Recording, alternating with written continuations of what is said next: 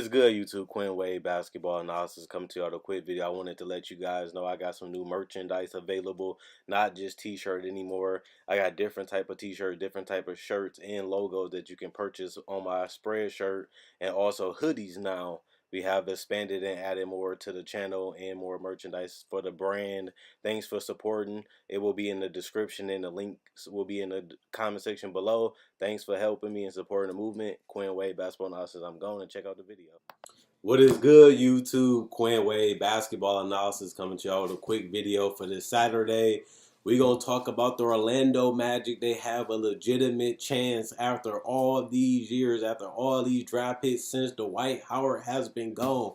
Almost 10 years later, they might actually make the playoffs. And that's exciting. That's something that I didn't see coming. Obviously, going into the season, they're 500 right now, 40-40. That's very impressive because I would have never gained close to that. I can see them winning 30 to 35 games. I didn't see them being 500 with a chance to be 42-40 or either 41-41, which means they had a decent season. That's not great because they are in the Eastern Conference, but it's better than what they've been doing over the last couple of years, so you have to give them credit for that. You know, Steve Clifford is a hard-nosed coach. He expects a lot. He's an X and O guy, and he's a guy that really knows how to get the best out of his players, and they seem happy playing for him. I feel like I had a lot of respect for him in Charlotte. He got them to the playoffs. They, just like Orlando, they just can't get nobody to come, and they just have to, find ways to be good. And it doesn't really help that they mess up a lot of their draft picks. But with that being said, we're gonna talk about one of their last couple lottery picks, Jonathan Isaac. And the main reason why I made a video about him was because I see him playing a lot more minutes. I see him getting a lot more shots up. I'm seeing him be a lot more relaxed, not tentative, not inconsistent. I'm seeing a lot of growth from him. And I wanted to make this video to show you guys and tell you guys how I personally feel about the guy. He's not on a breakdown level. I'm not going to make a breakdown of him right now. But he has shown a lot of signs of improvement, especially defensively. You get a guy this long, this lanky that can guard and play multiple positions. You want to get the best out of him. And I feel like having a coach like Steve Clifford, I feel like not just for development, just having his mind right and putting him in the right areas and utilizing him the right way, that just gives you confidence when you're knocking down easy shots in transition. You're getting spot up threes. You're getting easy lanes to the basket. It's just a confidence builder when you can go out there and get easy buckets, especially for a guy that has struggled as a rookie, didn't get that much playing time, and on top of that, just couldn't make shots, especially from the perimeter.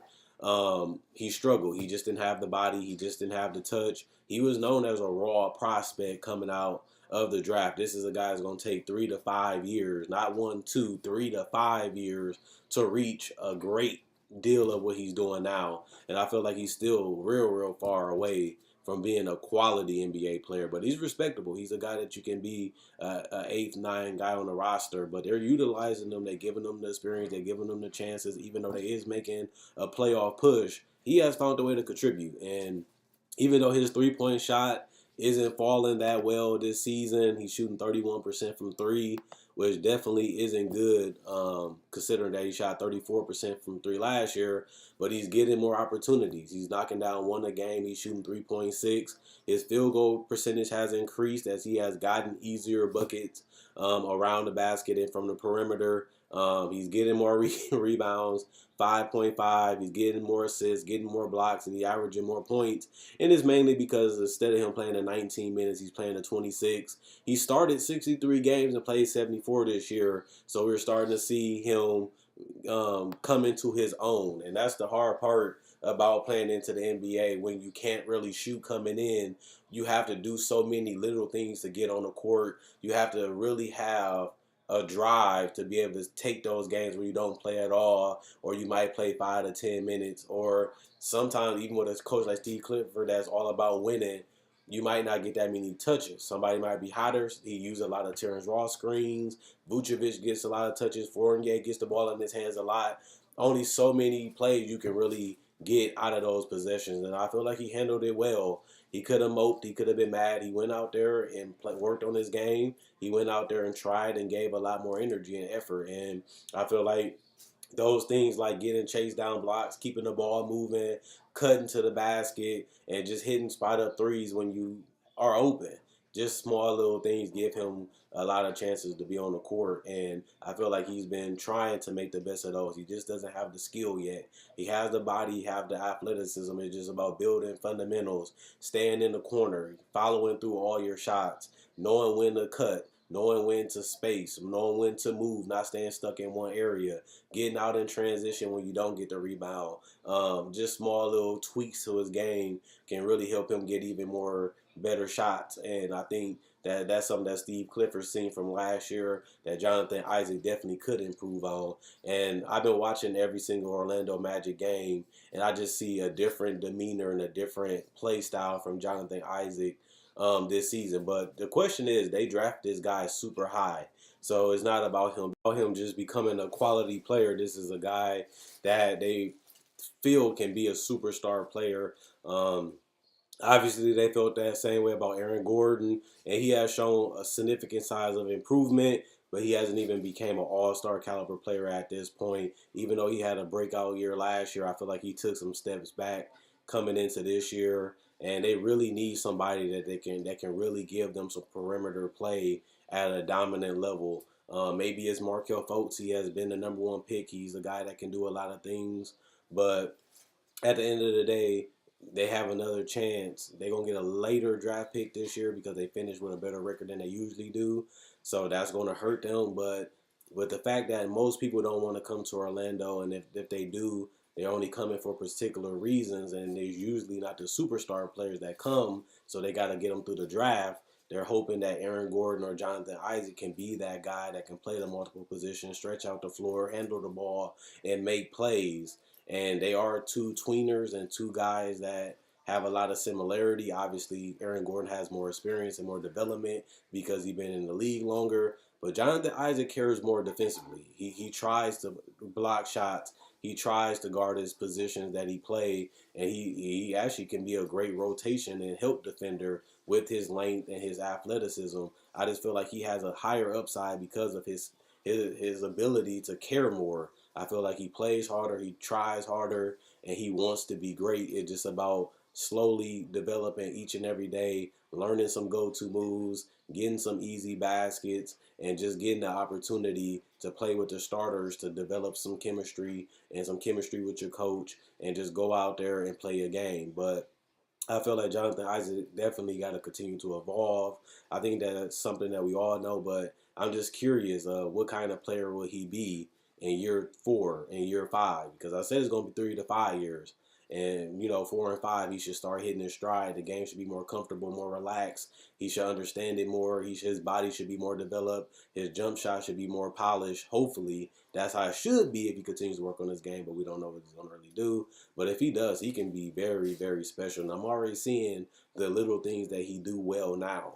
And those things can be even better when you're more confident and you're more stronger and you have more understanding of the game. And that comes with experience, that comes with playing, and that comes from playing with your teammates and trusting and believing in the consistent coach that's been there. Steve Clifford to me is the right guy. Obviously, they had their best season in years, and they actually have an opportunity to make the playoffs, so you can't doubt that. Their talent has gotten better. I still wish they would have developed players a lot better. I feel like a lot of their young players, even like Mo Bamba, for them to draft another project, even though they're still winning, he just hasn't impacted or helped them win at all right now. And I still think that that's the problem with this team is just development. Can they really get one of these guys to be an anchor, to be a dominant player? Even like Vucevic, he's an all-star, but look how long it took him to become great. And even though he's great, he's still not a superstar, franchise-changing player still. And Isaac is the guy that has the ability to be a two-way player, has all the skills and has all the talent in the world to be a force. This guy can be one of the best players in the world if he can, figure out the small details and continue to polish up his jumper and his ball handling skills and get some go-to moves. It just starts with small little steps like that. And right now he's starting to like the corner three. He's starting to like the drive, and he's starting to like the cut. So those are things that he can do now. But what will he do to take his game to the next level in year 4 and year 5 when it's time for him to get paid, when it's time for him to show um, what he's really made of? And you know, a lot of players like to play better around that extension time. They don't really like taking low money. They want to get as much money as they can. And you know, we just like Aaron Gordon, just like Vucevic, they got paid big money. Orlando can't really afford to pay somebody no more big money if they don't mind if they're gonna pay Vucevic this year. So they have very little margin of error right now. They have become a lot better than what people have expected, but they still missing a lot to make them a championship team. I'll give them credit. This is a step in the right direction, making a run for the playoffs, but they still have a long way to go back to being that championship team that they had with Dwight Howard and what they had with Shaq. But remember, they got Dwight Howard and they got Shaq and Penny in them through the draft, and they was able to develop those guys, and they was able to reach a high level. Can Isaac be that? Can Gordon be that?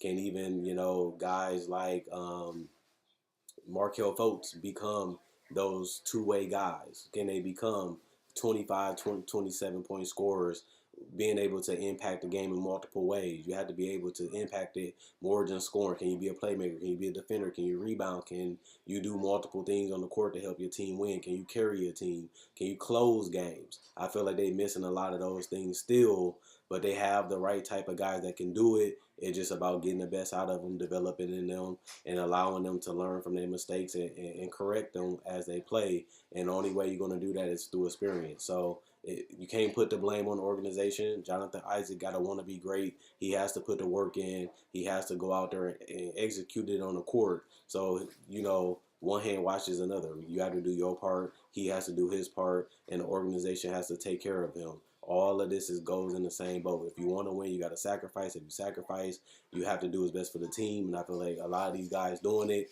but I still feel like they got to take their game to another level to get this Orlando Magic team to where they really want to be at, and that's being back a championship contender, something that they haven't been in over 10 years. I mean, not even a championship contender, haven't even been a playoff team in almost 10 years. So this is a step in the right direction. But just because they win 40, 41, 42 games this year and make the playoffs, that does not guarantee that they'll do it next year. And with them not really having much salary cap, depending on if they sign Vucevic back, and depending on the fact that they're not going to have a high draft pick unless they trade up, is not really much that they can really do to improve this roster without making a trade or going out there and signing somebody. So just because they're having a breakout season this year and it's destroying the expectations, you start back off to 0-0. So you have to do it all over again next year, because I don't really see this team going far in the playoffs. So if they make it or they get eliminated in the first round, this is a huge stepping stone. You're starting to see a lot of the young players get better, but will they get to that high level? Will they be able to get a superstar through trade, through free agency, or through development, or through the draft? That's what they really have to focus on. And I feel like they're taking a step in the right direction as an organization, but at the same time, they're still far from the ultimate goal, which is winning a championship. And I think even the Orlando fans will agree with that. So let me know what you guys think. Do you think this team is going in the right direction? Do you think this was just destined to happen? Do you think it's Steve Clifford? Do you think they got the right personnel now? Or do you think that they still need some trades, some minor tweaking to come back to make it to the playoffs next year? They still not locked in. They still not guaranteed to make the playoffs now, so they still could miss. But this is a hell of a season that they have had, and I have to give them credit for that. I didn't have them winning nowhere near as many games as they won. They have been consistent. They have been impressive. Vucevic has been an all-star this year, so you have to give a lot of them credit, but they so far away. But they made a lot of progress from the last couple of years, and now they got some young, intriguing prospects. Maybe they get traded. Maybe they develop. We won't know until year 3, year 4 of this rebuild. But they're going in the right direction now. We'll see how they handle it next year and in free agency. So let me know what you guys think. Check out my website, analysisplayground.com. Link will be in the description, comment section below. Check out my Facebook page, analysisplayground.com. Link will be in the description, comment section below. Thanks for people that like on Facebook. Thanks for the people that support and buy the merchandise. I really appreciate it. And comment in the comment section. I love the activity. I make videos and discussions just like this. I also cover free agency, trade deadline, buyouts. I do breakdowns of players' game and teams. And I also cover the NBA draft and summer league. I try to do season previews, and I try to make videos every every single day as much as I can. I try not to miss a day. I enjoy making these videos. You guys enjoy watching as well. Continue to go. Quinn Wade Basketball Analysis. I'm out, and let me know what you guys think about the Orlando Magic, Jonathan Isaac, Steve Clifford, and the whole organization in the comment section below.